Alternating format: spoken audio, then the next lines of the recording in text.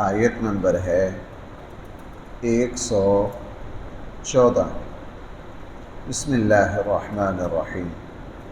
الحمد للہ رب العالمین والصلاة والسلام علی سید الانبیاء والمرسلین وعلی آلہ واصحابہ اجمعین۔ اما بعد فاعوذ باللہ من الشیطان الرجیم۔ بسم اللہ الرحمن الرحیم۔ فَكُلُوا مِمَّا رَزَقَكُمُ اللَّهُ حَلَالًا طَيِّبًا وَاشْكُرُوا نِعْمَةَ اللَّهِ إِن كُنتُمْ إِيَّاهُ تَعْبُدُونَ۔ إِنَّمَا حَرَّمَ عَلَيْكُمُ الْمَيْتَةَ وَالدَّمَ وَلَحْمَ الْخِنْزِيرِ وَمَا أُهِلَّ لِغَيْرِ اللَّهِ بِهِ فَمَنِ اضْطُرَّ غَيْرَ بَاغٍ وَلَا عَادٍ فَإِنَّ اللَّهَ غَفُورٌ رَحِيمٌ۔ صدق اللہ مولانا۔ فَكُلُوا مِمَّا رَزَقَكُمُ اللَّهُ حَلَالًا طَيِّبًا، تم کھاؤ ہمارے دیے ہوئے رزق میں سے پاکیزہ اور حلال۔ تم کھاؤ اس میں سے جو ہم نے تمہیں دیا ہے، حلالاً طیبہ، حلال اور پاکیزہ چیزیں۔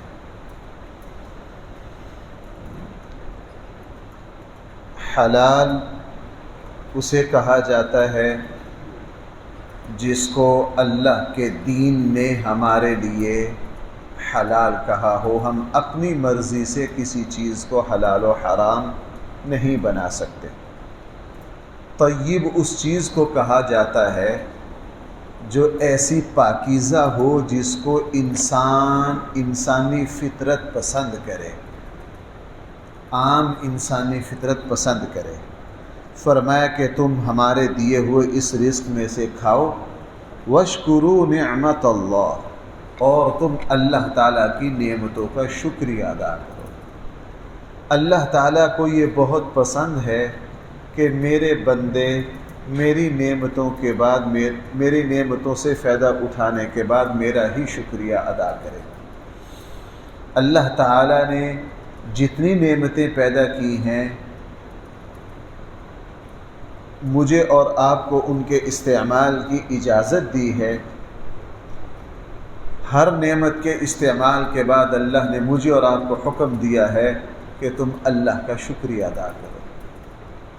اور ہمارے آقا صلی اللہ علیہ وسلم نے زندگی میں چھوٹی سے چھوٹی نعمت کے مل جانے پر بھی فوراً اللہ تعالیٰ کا شکر ادا کیا۔ بعض دفعہ معمولی سی چیز، لیکن نبی کریم صلی اللہ علیہ وسلم ہر وقت اللہ کی طرف اتنے متوجہ رہتے کہ ہر چھوٹی سے چھوٹی نعمت کے استعمال پر اللہ تعالیٰ کا شکریہ ادا کرتے۔ اللہ تعالیٰ کے شکریہ ادا کرنے کے 2-3 فائدے بڑے عجیب ہیں اور بڑے اہم، اور مجھے اور آپ کو ان کی ہر وقت ضرورت ہے۔ مثلاً یہ انسانی فطرت ہے کہ جو میرے پاس نعمتیں ہیں یہ محفوظ بھی رہیں، بڑے بھی محفوظ بھی رہیں اور ان میں اضافہ بھی ہو۔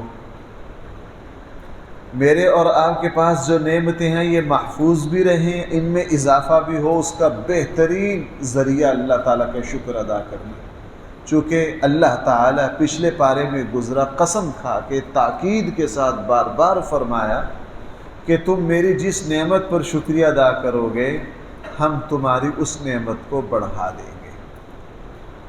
اور ایک اور فائدہ ہے شکر کا، ویسے شکر کے بہت سارے فائدے ہیں۔ شکر کا ایک فائدہ یہ ہے کہ انسان کبھی بھی اس نعمت پر غرور اور تکبر نہیں کرتا۔ آج اگر کسی کے پاس چند ٹکے آ جائیں وہ اپنے اوقات بھول جاتا ہے، اس کی سب سے پہلی دلیل یہ ہوتی ہے کہ یہ اپنی ان نعمتوں پر اللہ کا شکر ادا نہیں کرتا۔ جو بندہ اپنی نعمتوں پر شکر ادا کرے گا وہ اپنے مال، اپنی جائیداد، اپنی حیثیت کی وجہ سے کبھی بھی اپنے اندر غرور پیدا ہونے نہیں دے گا۔ حضرت عبد الرحمن بن عوف رضی اللہ عنہ، صحابہ اکرام میں جو 2 صحابہ سب سے مالدار تھے، حضرت عثمان غنی اور حضرت عبد الرحمن بن عوف، بہت مالدار تھے۔ حضرت عبد الرحمن بن عوف رضی اللہ عنہ ایک وقت میں دسترخوان بچھاتے، تقریباً 100 بندے کے بغیر وہ کھانا نہیں کھاتے، اور 40 طرح کے کھانے ان کے دسترخوان پر لگائے جاتے، ہر کسی کو دعوت دیتے اپنے ساتھ کھانا کھانے کے۔ ایک مرتبہ کھانا کھانے لگے، دسترخوان پر کافی ساری اقسام و انواع کے کھانے تھے، تو آنکھوں سے آنسو آ گئے۔ کسی نے پوچھا آپ کیوں رو رہے ہیں، یہ تو رونے کی جگہ نہیں ہے؟ تو فرمایا کہ میں اس لیے رو رہا ہوں کہ یہ جو کچھ میرے اور آپ کے پاس ہے یہ اللہ تعالیٰ کی نعمتیں ہیں، ہم ان کا شکریہ کیسے ادا کریں؟ ہم ان کا شکریہ۔ اور حضرت داؤد علیہ السلام کو اللہ نے جیسی بادشاہت دی، باپ بیٹے کو، قرآن نے خود کہا ہم نے ایسی بادشاہت کسی کو نہیں دی۔ اور حضرت داؤد علیہ السلام کی سیرت میں سے جو خاص باتیں قرآن نے میرے اور آپ کے سامنے بیان کی، ان میں سے ایک بات یہ ہے کہ حضرت داؤد علیہ السلام اللہ تعالیٰ کا شکر بہت ادا کرتے ہیں۔ حضرت داؤد علیہ السلام اللہ تعالیٰ کا شکر بہت ادا کرتے تھے، اس لیے فرمایا وَاشْكُرُوا نِعْمَتَ اللَّهِ، تم اللہ تعالیٰ کی نعمتوں پر شکر ادا کرو، ان کنتم ایاہ تعبدون، اگر تم اسی کی بندگی کرنا چاہتے ہو۔ یعنی شکر اللہ تعالیٰ کی بہترین بندگی ہے۔ اس آیت سے یہ بات سمجھ میں آئی بھائی شکر کیا ہے؟ اللہ تعالیٰ کی بہترین بندگی ہے۔ انما حرم علیکم المیتۃ، یقیناً ہم نے تمہارے اوپر مردار کو حرام قرار دے دیا۔ اس پر سارے ماہرین متفق ہیں کہ ان جانوروں کے اندر جو بہتا ہوا خون ہے یہ انسان کے لیے بہت نقصان دہ۔ اسی لیے جو لوگ کسی آسمانی دین کو نہیں مانتے، بے دین ہیں، لا مذہب ہیں، وہ بھی جب جانور کو ذبح کرتے ہیں تو اس کے خون کو نکالتے ہیں۔ اور تقریباً میڈیکل کے ماہرین اس پر متفق ہیں کہ جانور میں جو بہنے والا خون ہے وہ انسان کے لیے نقصان دہ ہے۔ ساری بیماریاں خون میں ہوتی ہیں، اگر وہ خون جانور کے اندر ہی رہے اور اس کے گوشت کو استعمال کیا جائے تو خون میں موجود ساری بیماریاں دوسرے لوگوں میں منتقل ہو جاتی۔ اس لیے اسلام نے کہا جانور کو ذبح کرو تاکہ اس کا بہنے والا سارا خون نکل جائے۔ جب جانور مر جاتا ہے تو اس کا خون اسی کے اندر خشک ہو جاتا ہے، وہ طبی طور پر انسان کے لیے ہرگز مفید نہیں رہتا۔ اس لیے قرآن نے فرمایا ہم نے تمہارے اوپر مردار کو حرام قرار دیا ہے، والدم، اور خون کو حرام قرار دیا ہے۔ ظاہر بہنے والا خون، قرآن نے اس کو ناپاک کہا۔ ولحم الخنزیر، اور ہم نے خنزیر کے گوشت کو تمہارے اوپر حرام قرار دیا ہے، چونکہ خنزیر کا گوشت جو ہے اس کی وجہ سے انسانوں میں بد اخلاقی اور بے حیائی پیدا ہوتی ہے۔ اور ماہرین نے یہ لکھا ہے کہ جانوروں میں سے سب سے زیادہ بیماریاں منتقل کرنے والا جانور جو ہے وہ خنزیر ہے۔ دوسروں کی طرف بیماریاں منتقل کرنے والا سب سے زیادہ بھائی کون سا جانور ہے؟ خنزیر ہے۔ اسی لیے خنزیر کے گوشت کو غیر مسلم ماہرین بھی انسانیت کے لیے مفید قرار نہیں دیتے۔ قرآن نے ہمیں اللہ کی توفیق سے کسی میڈیکل تحقیق کی ضرورت نہیں ہے، ہمارے لیے ہمارے اللہ کا حکم بھائی کیا ہے؟ کافی ہے۔ فرمایا یہ بھی تمہارے اوپر وما اہل لغیر اللہ بہ، وہ جانور جس کو غیر اللہ کے لیے کر دیا جائے۔ اس کی دو شکلیں تھیں، ایک تو وہ لوگ جانور کو ذبح کرتے وقت اللہ کے نام کی جگہ بتوں کا نام لیتے۔ جس جانور کو ذبح کرتے وقت اللہ کے علاوہ کسی اور کا نام لے لیا گیا وہ جانور بھی حرام ہے۔ نمبر 2، جو جانور اللہ کے علاوہ کسی اور کی طرف منسوب کر دیا گیا، اس کو ذبح کرنے کا مقصد اللہ کی رضا نہیں ہے، کسی مزار کے نام کر دیا ہے، کسی پیر کے نام کر دیا ہے، کسی بت کے نام کر دیا ہے، کسی آستانے کے نام کر دیا ہے، تو بھائی وہ جانور بھی کیا ہو گیا؟ حرام ہو گیا۔ ہمارے یہاں بڑے بڑے مزارات پر جانور ذبح کیے جاتے ہیں انہی پیروں کے نام کی طرف منسوب کر کے۔ اسلام میں جانور نبی کے نام پر منسوب نہیں کیا جا سکتا، صرف اور صرف بھائی کس کی طرف نسبت کریں گے؟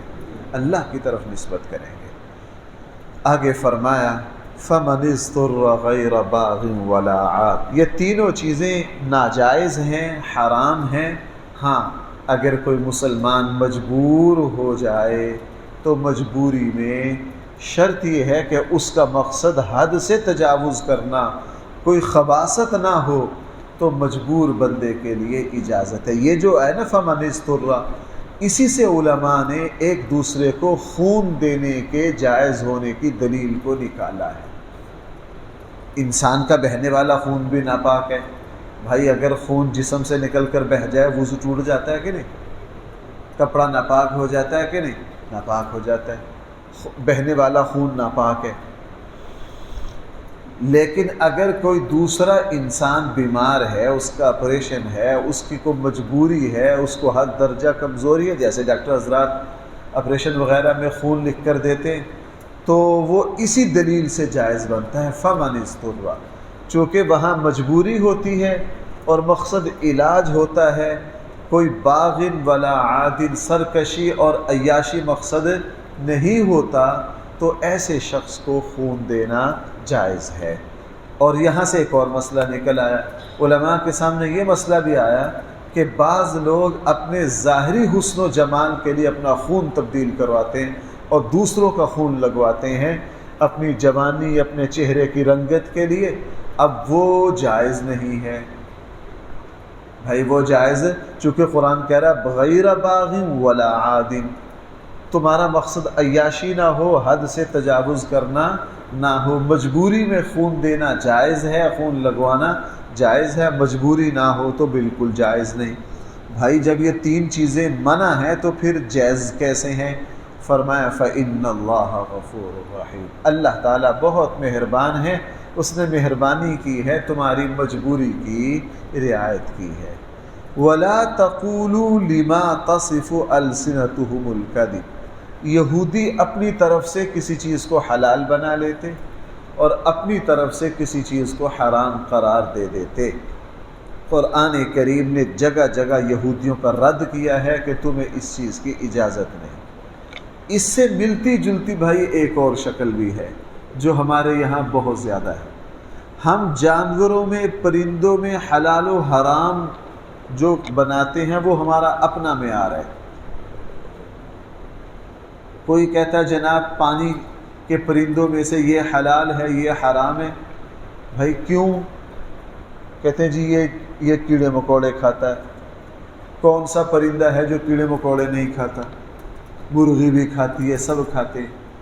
اسلام کا اصول یہ ہے کہ جانوروں میں سے وہ جانور جن کے نوکیلے کچلی والے، جیسے شیر کے 4 دانت بڑے ہوتے ہیں، ہر درندے کے وہ دانت بڑے ہوتے ہیں، کچلی والے دانت ان کو کہا جاتا ہے نوکیلے۔ ہر وہ درندہ جس کے وہ دانت ہیں، جس سے وہ جانور کی چیر پھاڑ کرتا ہے، تو ہر ایسا جانور بھائی کیا ہے؟ حرام ہے۔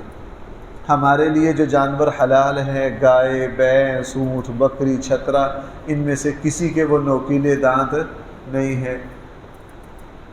ہرن ہے اور اس طرح کے جتنے بھی حلال جانور ہیں آپ دیکھیں گے کسی بھی حلال جانور کے یہ نوکیلے دانت نہیں ہیں۔ پرندوں میں سے وہ پرندے جو فضا میں دوسرے پرندوں پر حملہ کرتے ہیں اور اپنے پنجے اور اپنی چونچ کی مدد سے دوسری چیز کو پھاڑتے ہیں، جیسے باز ہے، چیل ہے، باز کی بہت ساری قسمیں ہیں بھائی، یہ ساری کیا ہیں؟ ناجائز ہیں۔ پھاڑنا ایک ہے بغیر پھاڑے، جیسے یہ بغلہ وغیرہ، مرغابی، یہ بھی جاندار چیزوں کو، کیڑوں مکوڑوں کو کھاتے ہیں لیکن یہ پھاڑ نہیں سکتے، درندے نہیں ہیں یہ۔ پرندوں میں جو پھاڑیں گے اپنی چونچ کی مدد سے، جیسے باز ہے 1 منٹ میں جانور کو پھاڑ دیتا ہے، چیل ہے، اور اس طرح کے جو پرندے ہیں کہ اگلی چیز کو پکڑنا پنجے سے اور اس کو یوں پھاڑنا، منٹوں میں اس کے سارے جسم کو پارا پارا کر دینا، یہ جانور بھی بھائی کیا ہیں؟ حرام ہے۔ قرآن کریم یہودیوں کے اس حرکت کا ذکر کر رہا ہے کہ یہ اپنی مرضی سے کسی چیز کو حلال و حرام بنا لیتے ہیں۔ فرمایا وَلَا تَقُولُوا، تم نہ کہو، لِمَا تَصِفُ أَلْسِنَتُهُمُ الْكَذِبَ، وہ چیزیں جن کے بارے میں تمہاری زبانیں خود جھوٹ بولتی ہیں، یہ نہ کہو ھذا حلال کہ یہ حلال ہے، وھذا حرام یہ حرام، اگر تم اپنی طرف سے یہ کہہ رہے ہو لتفتروا علی اللہ الکذب، تو تم اللہ تعالیٰ پر جھوٹ بول رہے ہو۔ کس پر جھوٹ بول رہے ہو؟ ان الذین یفترون علی اللہ الکذب، یقیناً وہ لوگ جو اللہ پر جھوٹ بولتے ہیں، لا یفلحون، وہ کبھی بھی کامیاب، لوگ اپنی جہالت کی وجہ سے، اس یہودیوں کی طرح تو نہیں، اپنی جہالت کی وجہ سے بعض باتیں کہہ دیتے ہیں، وہ دین کے بارے میں گستاخی ہوتی۔ اب بہت سے لوگ کہتے ہیں جی میں فلاں چیز کو سود نہیں مانتا، میں فلاں چیز کو حلال نہیں مانتا۔ بھئی آپ نہیں مانتے، آپ کو قرآن کی آیات کا پتہ ہے؟ آپ کو سود کی تعریف کا پتہ ہے؟ اللہ کے رسول صلی اللہ علیہ وسلم نے جس چیز کو سود قرار دیا آپ کو پتہ ہے؟ نہیں، میں نہیں مانتا، تم ہوتے کون ہو؟ تمہاری کیا اوقات ہے؟ تم اتنے دلیر کہ اللہ اور اس کے رسول کے معاملے میں نہیں مانتا، میں یوں کہتا ہوں، میری رائے یہ ہے۔ بھائی تم، یہ اعلیٰ درجے کی گستاخی اور بے ادبی ہے۔ حضرت عبداللہ ابن مسعود رضی اللہ عنہ کے سامنے ایک شخص نے کہا تھا، حالانکہ خیر القرون کے لوگ دین کو بہت جانتے تھے، ایک شخص نے یہ کہا تھا حدیث کے مقابلے میں کہ میری رائے یہ ہے۔ حضرت عبداللہ ابن مسعود اتنے ناراض ہوئے اس سے کہ ایسی دلیری، اللہ اور اس کے رسول کی بات کا اس طرح مقابلہ اور معارضہ، میں تمہارے سامنے حضور کی حدیث پڑھ رہا ہوں، تم کہہ رہے ہو نہیں میری رائے یہ ہے، تم کون ہوتے ہو یہ کہنے والے؟ تم کون ہوتے ہو یہ کہنے والے؟ یہ ایک جسارت ہے، یہ ایک گستاخی ہے، یہ اللہ اور اس کے رسول کے ادب کے خلاف ہے۔ اس لیے فرمائے ان الذین یفترون علی اللہ الکذب، یقیناً جو لوگ اللہ تعالیٰ کے بارے میں جھوٹ گھڑتے ہیں، لا یفلحون، وہ کبھی بھی کامیاب نہیں ہوں گے۔ متاع قلیل، ان یہودیوں کے لیے دنیا میں تھوڑا سا نفع ہے، وَلَهُمْ عَذَابٌ علیم، اور ان کے لیے دردناک عذاب ہے۔ وَعَلَى الَّذِينَ هَادُوا حَرَّمْنَا، اسی بات کو قرآن دوبارہ کہہ رہا ہے، نئی بات نہیں ہے۔ وَعَلَى الَّذِينَ هَادُوا، ان لوگوں پر جو یہودی بنے، حرمنا، ہم نے بہت سی چیزیں حرام کر دی ان کے لیے، ما قصصنا علیک من قبل، جس کو ہم پہلے بیان کر چکے۔ 8ویں پارے میں قرآن بیان کر چکا ہے کہ ہم نے یہودیوں پر بہت سی چیزیں حرام نہیں کی تھی، انہوں نے خود سے اپنے اوپر حرام کر لی، ہم نے پھر ان کے اوپر سختی کر دی۔ جو بندے جان بوجھ کر اپنے اوپر سختی کرتے ہیں، اللہ تعالیٰ فرماتے ہیں جاؤ، جیسے وہ حضرت ابو لبابہ وغیرہ سے غلطی ہوئی تھی نا، انہوں نے اپنے آپ کو مسجد کے ستون سے باندھ دیا۔ رسول اللہ صلی اللہ علیہ وسلم نے فرمایا اگر ستون سے نہ باندھتے میرے پاس آتے، میں اللہ سے مغفرت کی دعا کرتا۔ اب تم نے خود اپنے لیے ایک سخت راہ اپنائی ہے تو تم جانو، اب تمہارا اللہ جانے، اللہ ہی معاف کرے گا۔ پھر کافی دنوں کے بعد اللہ تعالیٰ کی طرف سے معافی ملی۔ اس لیے صحیح حدیث ہے، فرمایا تم دین کے بارے میں خام خواہ سختی نہ کرو، وگرنہ اللہ تعالیٰ پھر تمہیں اس سختی کے حوالے کر دے۔ اللہ تعالیٰ تمہیں اس سختی کے حوالے، جہاں دین نے جو آسان بات کہی ہے بس اسی پر عمل کرنا۔ وما ظلمناہم، ہم نے ان یہودیوں پر ظلم نہیں کیا، ولکن کانوا انفسہم یظلمون، لیکن انہوں نے خود ہی اپنے آپ پر ظلم کیا۔ ثم ان ربک، پھر بے شک تیرا رب، للذین عملوا السوء بجہالۃ، جن لوگوں نے برے عمل کیے جہالت کی وجہ سے، ثم تابوا، وہ پھر توبہ کر لیں اس کے بعد، وَأَصْلَحُوا، اور اصلاح کر لیں، إِنَّ رَبَّكَ مِن بَعْدِهَا، اس کے بعد بے شک تیرا رب جو ہے وہ بہت معاف کرنے والا اور رحم کرنے والا ہے۔ بھائی ذرا اس آیت میں ایک بات ہے میرے اور آپ کے سمجھ، عموماً آپ توبہ کی 3 شرطیں علماء سے سنتے ہوں گے، میں بھی اکثر بیان کرتا ہوں۔ کسی بھی گناہ سے معافی کی بھائی کتنی شرطیں ہیں؟ 3 شرطیں، 2 کا یہاں ذکر ہے، تینوں جو ہیں اکٹھی وہ سورہ شورى میں ہیں، یہاں 2 کا ذکر ہے۔ توبہ کی 3 شرطیں یہ ہیں کہ فی الحال اپنے آپ کو اس گناہ سے الگ کرو، ماضی میں جو ہو گیا اس پر شرمندہ رہو اور آئندہ نہ کرنے کا پکا عزم کرو۔ اگر کوئی بندہ غلط کام کر رہا ہے، بینک سے اس نے سودی قرض لے رکھا ہے، اپنا کھاتا ختم نہیں کرواتا، دن رات توبہ کے نفل پڑھتا ہے، 100 سال پڑھتا رہے، یہ گناہ ہرگز معاف نہیں۔ جس وقت تک گناہ سے الگ ہو کر اس گناہ کی اصلاح نہ کی جائے تو توبہ کی شرط پوری نہیں ہوتی۔ یہاں دو دیکھو، فرمایا ثم تابوا من بعد ذلک، پھر انہوں نے اس کے بعد توبہ کر لی۔ اور بھائی آگے کیا ہے؟ بھائی آپ ذرا الفاظ دیکھیے، آگے کیا ہے؟ اصلحوا، وہ پھر کیا کریں؟ اپنی اصلاح کریں۔ اس غلط کام سے، ایک آدمی ہے کسی کے پیسے دینے ہیں 20 سال سے، وہ بھول بھال گیا، اب یہ توبہ کرنا چاہتا ہے، بھائی 20 سال بعد بھی وہ پیسے جیسے کیسے کسی بھی طرح بتائیں بھی نہ، کسی بھی طرح وہ پیسے اس کو چاہے ہدیہ کہہ کے دے دو، اس کو چاہے ہدیہ کہہ کے دے دو، وہ پیسے اس کی ملکیت میں جانا، اس کو واپس کرنا، اصلحو، اس غلطی کی اصلاح کرنا ضروری ہے۔ اس کے بعد پھر بندہ اللہ سے توبہ کرے گا تو اللہ تعالیٰ اس کی توبہ کو کیا کریں گے؟ یہی معاملہ نمازوں کا ہے۔ اگر زندگی کی بہت ساری نمازیں رہ گئیں، بھائی جب تک ہم ان کی قضا نہیں کریں گے، اصلحو، اس غلطی کی اصلاح نہیں کریں گے، اس وقت تک یہ نمازیں معاف نہیں ہوں گی۔ جیسے کیسے زندگی میں چھوٹی ہوئی نمازوں کو قضا کیا جائے گا، قضا کر کے پھر اللہ سے معافی مانگی جائے گی، تو اس کے بعد فرمایا من بعدہا، اس اصلاح کے بعد لغفور الرحیم، آپ کا رب کیا ہے؟ بہت مہربان ہے۔ اگر کوئی غلطی کی اصلاح ہی نہیں کرتا، غلط کام کیے جا رہا ہے اور ساتھ ساتھ توبہ بھی کیے جا رہا ہے، جناب یہ توبہ نہیں ہے۔ اللہ تعالیٰ ایسی توبہ کو ہرگز قبول نہیں کرتے۔ اللہ تعالیٰ ہم سب کو صحیح فہم عطا فرمائے۔ الحمدللہ رب العالمین، والصلاة والسلام على سید الانبیاء والمرسلین وعلى آلہ واصحابہ اجمعین۔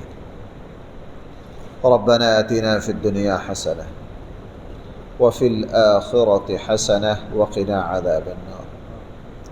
صلی اللہ تعالی علی خیر خلقہ سیدنا و مولانا محمد و آلہ واصحابہ۔